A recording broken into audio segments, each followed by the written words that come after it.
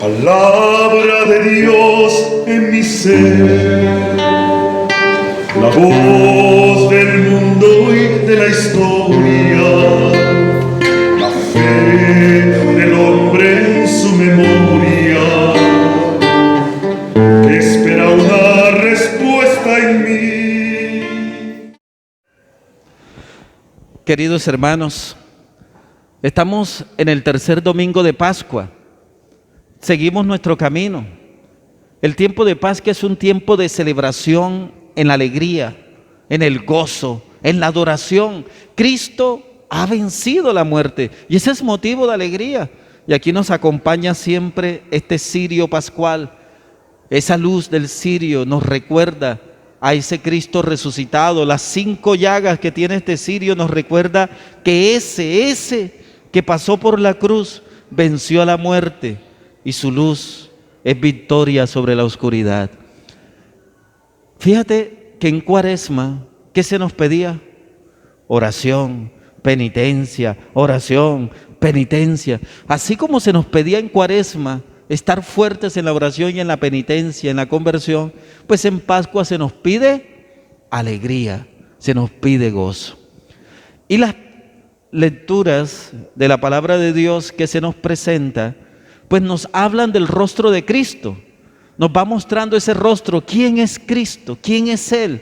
Y este tiempo de Pascua es descubrir quién es ese que ha resucitado de entre los muertos. En este tercer domingo de Pascua, el texto que nos propone la iglesia en este ciclo C, recuerden que hay 3 años, la iglesia pues en este ciclo C nos propone el capítulo 21 de Juan. Lo que les voy a compartir, queridos hermanos, no es nada nuevo. Esto que les voy a compartir, pues lo tomo de los padres de la iglesia. Cuando uno llama padre de la iglesia, llama a aquellos primeros obispos de la comunidad cristiana, allá al comienzo del cristianismo. Esos padres de la iglesia que tuvieron que ir enlazando, hilando y tejiendo la doctrina que salía de la palabra de Cristo. Entonces a ellos se les llama por eso padres de la iglesia, los que comenzaron con esta predicación. Miren, un San Agustín, un San Juan Niasanceno, San Juan Niceno. Estos nombres que parecen extraños, pero ojalá nosotros los conozcamos. Hay que leerlos para aprender cómo la iglesia en la antigüedad pues tomaba la palabra de Dios y cómo la hacía vida. Hay que leer mucho. Entonces les voy a compartir detalles. Vamos a ir mirando el texto y vamos a mirar detalles. Primero, dice que Pedro volvió a pescar. Los discípulos están pasando un momento difícil. Están pasando este tránsito, están en el tránsito de la muerte de Cristo. Y ellos todavía no asumen que Él ha resucitado. Por lo tanto, Pedro, ¿a dónde vuelve Pedro? ¿Qué hacía Pedro antes de conocer a Cristo? Pescar. Entonces quiere decir que Pedro tiene un retroceso. Pedro vuelve atrás. No, ya no ve hacia el frente, hacia el futuro. Esto de Cristo, morir en la cruz para Él fue duro, fue fuerte. Y como dicen en nuestros tiempos, ¿para dónde va Vicente? Para dónde va la gente. Esa es una frase que quiere decir que los demás discípulos veían en Pedro el líder. Y pues si Pedro va a pescar, nosotros también. Pedro sigue siendo el líder de la comunidad, pero es un líder que está golpeado, que está lastimado, que mira que no puede más y vuelve atrás y con él se arrastra la comunidad. Mire lo que es importante un líder en la comunidad. Lo arrastra a la comunidad con él y vuelven a la pesca. Ese día no pescaron nada, fracaso total. ¿Cuántas veces nos pasa esto? Fracasos en nuestra vida. Las cosas no nos salen bien. Fracasamos en un negocio, fracasamos en una relación personal, afectiva, fracasamos en un intento de proyecto, fracasamos y parece que todo se nos derrumbara. Así está Pedro. Pedro se monta en la barca, Los padres de la iglesia ven en esta barca la iglesia que va en el mundo. ¿Y dónde va la barca? La barca no puede estar adentro del agua, se hunde. ¿Dónde va la barca? Arriba. La barca está en el mundo, pero está por encima del mundo. Esa es la iglesia. Nosotros vamos en este mundo y no pescamos y nos va mal. Miren, naciones totalmente cristianas en estos momentos rechazan la fe, destruyen las cruces, quitan las cruces de los caminos, de los parques. Ya los ayuntamientos o las alcaldías, como llamamos aquí en Colombia, están mandando a quitar en Europa, por ejemplo en España, las cruces. Las cruces. En China, uno tiene que leer noticias no solamente de los canales normales, hay que leer noticias católicas. A las iglesias les mandan a quitar la cruz. Les mandan a quitar la cruz. Entonces uno ve que la iglesia como que va en fracaso, como que no resulta lo que hace. Hay países donde los edificios tienen que vender los templos cristianos. Tienen que vender los templos.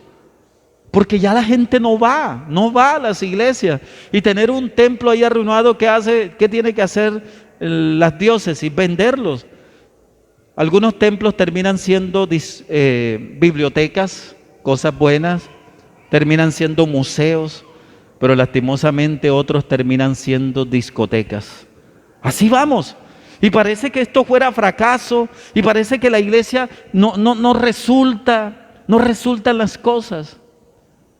Me acuerdo y cuento esto porque son detalles que uno vive, que cuando me ordené sacerdote, yo compré un videobeam, todavía me acompaña, porque cuando uno sale del seminario, uno sale es que yo voy a cambiar, voy a ser mejor, voy a poner el evangelio allá con el videobeam en la pared, que la gente lea, las homilías las voy a preparar y las voy a colocar así en la pared, las ideas, a la gente se memorice, voy a poner cines para la gente.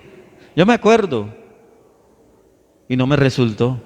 La misma gente de siempre. Y no resulta. Y a veces las cosas, uno tiene ideas buenas y no resultan.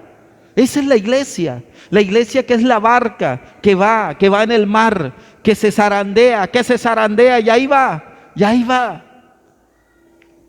¿Qué más dice el texto? Resulta que cuando ellos ya estaba amaneciendo, Jesús estaba en la orilla. Miren, acuérdense de esto. Podemos estar en tempestad, pero Jesús siempre está cerca de nosotros. Prácticamente eran como 100 metros, una distancia de 100 metros. Jesús estaba ahí. En el fracaso, Jesús está ahí. Nosotros tenemos que entender que en medio de nuestras dificultades, Cristo no se va, Cristo permanece, Cristo siempre está en la orilla, está en la orilla. Y Jesús les dice, muchachos, ¿tienen pescado? Aquí hay un detalle que me parece totalmente hermoso. En griego se utiliza la palabra paidos en diminutivo. Paidos significa niños, de ahí viene la palabra pedagogía, paidos. El pedagogo era el que llevaba al niño a la formación, paidos. Y dice Jesús, la traducción de este libro dice muchachos, pero en realidad lo que Jesús está diciendo es niñitos. Este es un lenguaje totalmente de amor. Ellos en la dificultad y Jesús hablándoles con amor, niñitos, mira mis niños. Es como si Jesús te dijera ahora en medio de tu dificultad, mi niño, yo estoy contigo, yo estoy en la orilla contigo, mi niña, yo estoy contigo, no estás sola, no estás solo en los momentos que estás pasando. Dice el texto que el discípulo amado fue el que se dio cuenta, es el Señor. Fíjate la relación. Jesús les habla con amor. ¿Y quién es el que se da cuenta que es Jesús? El que es amado. Nosotros solamente podemos encontrar a Jesús en nuestra vida cuando nos sentimos amados. Mis niñitos, tú eres amado, mi niñito. Mi niñita, tú no estás solo. Tú puedes reconocer a ese Dios en tu vida cuando realmente aceptas que eres amado, que no estás tirado en este universo como al azar. No estás aquí por azar, estás aquí porque un Dios te ama, te quiere y estás en esta existencia por Él. Sigue diciendo el texto que ellos pues le hicieron caso a la palabra de Jesús que les dice tiren la red a la derecha. Peces, muchos peces. Suena extraño, pero el texto dice 153 peces. ¿Para qué da el número? Algunos dicen que eso no significa nada, simplemente un número que eran muchos peces. Otros biblistas atinan a esto. Es que en la antigüedad, en el mundo conocido, hasta entonces, habían 153 pueblos. Entonces está significando la iglesia que tiene que ir a pescar a todos los pueblos. Ese es un significado. Pero hay un detalle también. Dice el texto que los discípulos no podían con la red. Miren cuántos discípulos eran. Quitamos a Pedro porque él se lanzó al agua y se fue enseguida a buscar a Jesús. Estaba con Pedro Tomás, apodado el mellizo, va uno. Natanael, el de Caná de Galilea. Los dos Zebedeos, los hijos de Zebedeo, van 4. Y dice el texto, y otros 2 discípulos más. 6 pescadores no podían con la red. Claro, eran muchos peces, dirá uno. Pero miren lo que dice el texto después. Cuando Jesús le dice a Pedro, o le dice, traigan los peces, dice el texto que Simón Pedro subió a la barca y arrastró hasta la orilla la red repleta. Él solo. Cuando te sientes amado por Dios, sientes la fuerza de Dios en tu vida. Los otros discípulos no podían con la red. Jesús le dio fuerza a Pedro. Pedro es el que toma la red él solo y arrastra y la lleva a la orilla donde los demás no podían, él pudo solo. Esa es la fuerza que Dios nos da. No solamente nos llama niñitos, que somos preciosos ante Él, sino que nos da la fuerza en medio de las dificultades. Por eso Dios no coloca en tu vida nada que tú no puedas hacer. No coloca pesos que tú no puedas cargar. No te coloca obstáculos en el sentido de que tú no puedas con esos obstáculos. Dios no te coloca nada sobre tu fuerza. Te coloca las cosas porque sabe que tú sí puedes. Te da la fuerza para hacerlo. Cuando terminan de comer, dice el texto que Jesús se lleva a Simón y le pregunta, Simón, hijo de Juan, ¿me amas más que esto? Hay un detalle en la traducción muy hermoso, un detalle. 3 preguntas le hace Jesús a Pedro. Primero le dice Jesús a Pedro, ¿me amas más que esto? ¿Te acuerdas que Pedro era prepotente? ¿Te acuerdas que Jesús le dice, mira, me van a arrestar? Y Pedro enseguida dijo, yo te defenderé, yo daré la vida por ti. Jesús le dice, no hombre, 2 veces va a cantar el gallo y me vas a negar 3. Pedro era el prepotente, el que salía, el que yo soy mejor que los demás, yo sí voy a dar la vida por ti. Y ahora cuando Jesús le pregunta, ¿me amas más que esto? ¿Qué dice Pedro? Sí, yo te amo. Nada. Señor, tú sabes que te quiero. ¿Te das cuenta la diferencia? Jesús pregunta si lo ama y Pedro contesta, te quiero. Pedro es humilde. Pedro sabe que no alcanza el tipo de amor que Cristo le está pidiendo. Pedro, me amas más que esto. Es amor total. Y Pedro simplemente atina a decir, te quiero. Segunda vez pregunta Jesús, Pedro, ¿me amas? Ahora tú, ¿me amas? ¿Me amas? Y vuelve Pedro a decir, Señor, tú sabes que te quiero. Y por tercera vez, mire, aquí está un detalle hermoso. En la tercera vez Jesús le dice a Pedro, ¿me quieres? Ya no le pregunta por qué me amas, sino ¿me quieres? Jesús se baja al nivel de Pedro, se baja al límite de él, se baja por su discípulo, lo entiende, se coloca en su mismo nivel para decirle, entonces ¿me quieres? Sí, Señor, tú lo sabes todo, tú sabes que te quiero. Cristo nos pide muchas cosas, pero Él entiende nuestros límites.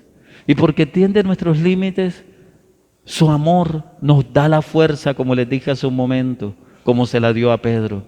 Nos da la fuerza de seguir adelante, a pesar de que nuestra barca fracase, nos vaya mal. Pero Jesús nos da la fuerza de su amor. Mire, a pesar de los fracasos, como les dije hace un momento, también hay victorias. La iglesia tiene victorias. ¿Dónde hay una victoria? Que ustedes estén aquí en misa hoy domingo y el cura hasta llegó tarde y ustedes se lo aguantaron. Ustedes tienen que tener mucha fe. Eso se llama amor. Eso se llama amor. Que alguien se haya enamorado de una predicación de algún sacerdote y le haya cambiado la vida, quiere decir, Dios sigue dándole amor a este mundo. Que alguien haya ido a un retiro, que lo hayan invitado y se haya dado cuenta de que su vida cambió. ¿Te acuerdas que había una señora que dijo, aplíqueme la eutanasia, ya yo no quiero vivir? ¿Se acuerdan? Y se la llevaron a un retiro. Y cuando volvió del retiro, quiero vivir. Quiero vivir.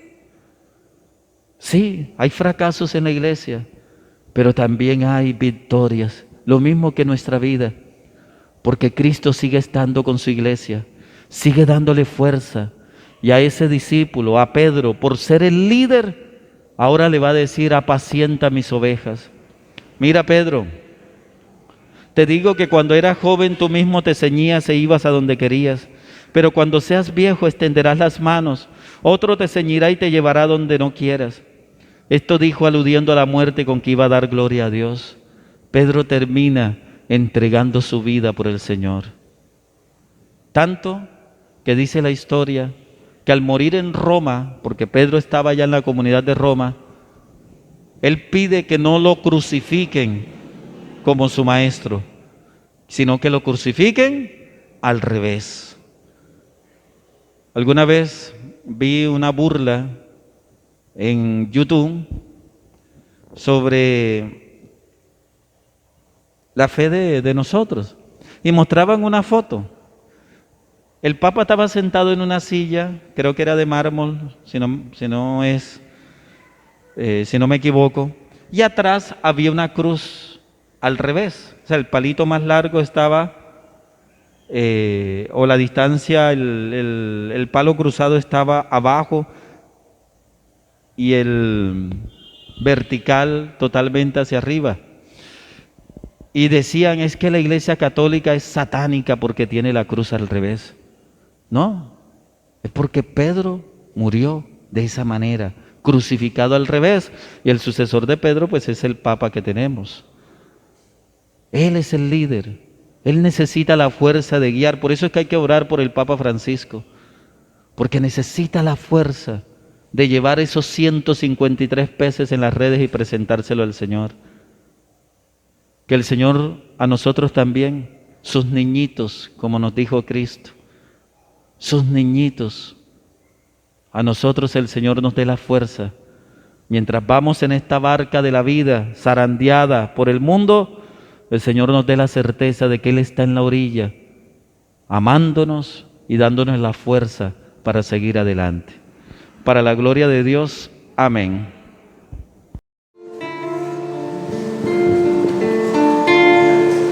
Luz para el hombre eres tú, la luz que iluminó la tierra.